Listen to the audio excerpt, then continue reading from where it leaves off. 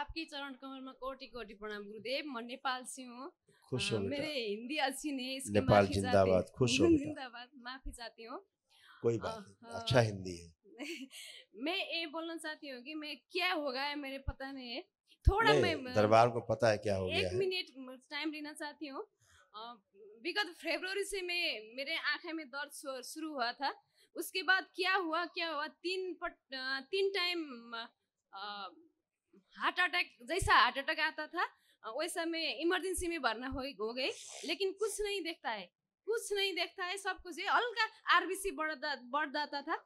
लेकिन क्या हुआ क्या नहीं पता। मेरे को पेशी क्या होता था पता नहीं था। विगत 1 महीने से लगातार पेशी आ रहा है। 2-2 घंटा से 3-3 घंटा से मेरे को पेशी हो रहा है। पेशी में क्या बोलते हैं, मेरे मरे लोग वो दीदी है, वो ब्रेन ट्यूमर से मरी थी, वो बोलती थी मैं खा जाऊंगा, तेरे पति के खा जाऊंगा, वो खा जाऊंगा, वो खा जाऊंगा। क्या हो ये क्या होता है? सब खा जाऊंगा। मेरे भाई भी यहाँ है। मैं अकेली रहती हूँ काठमांडू में, मेरे पति बाहर है, इसलिए मैं हर बार बाबा माँ को देखो ऐसे तुम बंधी हुई थी, देखो तुम्हारा सूक्ष्म शरीर, और इसके बाद केवल मृत्यु होती घुट घुट के। यस, ऐसे था शरीर बंधा हुआ। जा चुका है। पूर्णिमा के दिन नेपाल के दरबार में मैं 3 घंटे पेशी में रही। आपके कृपा से, आपके सपने में मेरे टाँग में हाथ, सिर में दर्द रहा था, इसलिए आए। मैं बार बार कहती थी मैं एक अकेले रहती हूँ, इसलिए ए प्रभु मेरे को एक साथी बेटा दीजिए दरबार जाने के लिए। इसलिए मैं आपके कृपा से, आप तो स्वयं शिव जी है प्रभु, आपको कृपा से मेरे एक दाई मिला। वो मेरे बायोलॉजिकल दाई तो नहीं है, लेकिन करौली शंकर के भक्त है, इसलिए मेरे अर्धव्यवसी में लेके आया था। ये क्या हो रहा है पता नहीं। आज भी पेशी आ रहा है।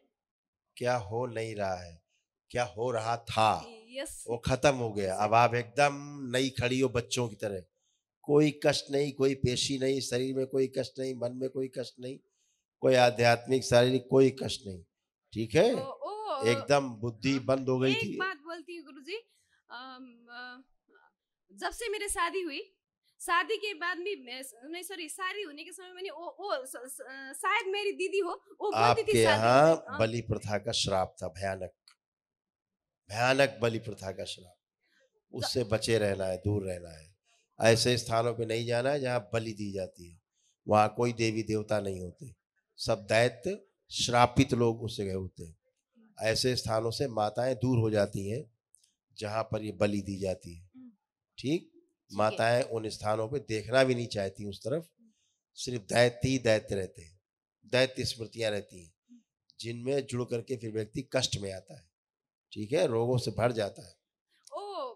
एक बात पूछूंगी गुरुजी, आपको कृपा हो तो, इफ मेरे शादी से शादी के बाद ये हो रहा है तो मैं उस मेरे पति की गंदगी इसमें मुझे आ रही है, तो मैं इस डीएनए से बाहर करना चाहती हूँ और ना आने की कृपा करती बाजू मैं काम करना चाहती हूँ, मैं खाना चाहती हूँ, मैं लहर हूँ। मैं आज बीमारी के अभी कितने लोग हैं डीएनए में? 2 पति में।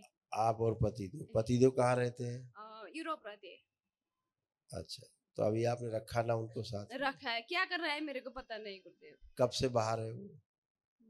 फरवरी से नहीं, शादी के तुरंत बाद चला गया। वो उस टाइम के वीजा आ रहा था, इसलिए ब्रेक करा देगा।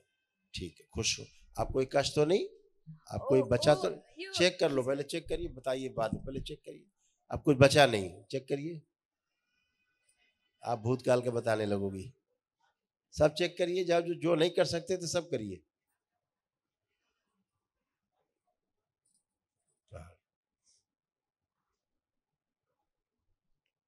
ठीक, चलिए लेपन सिर पे जरूर करना, अच्छा ध्यान से।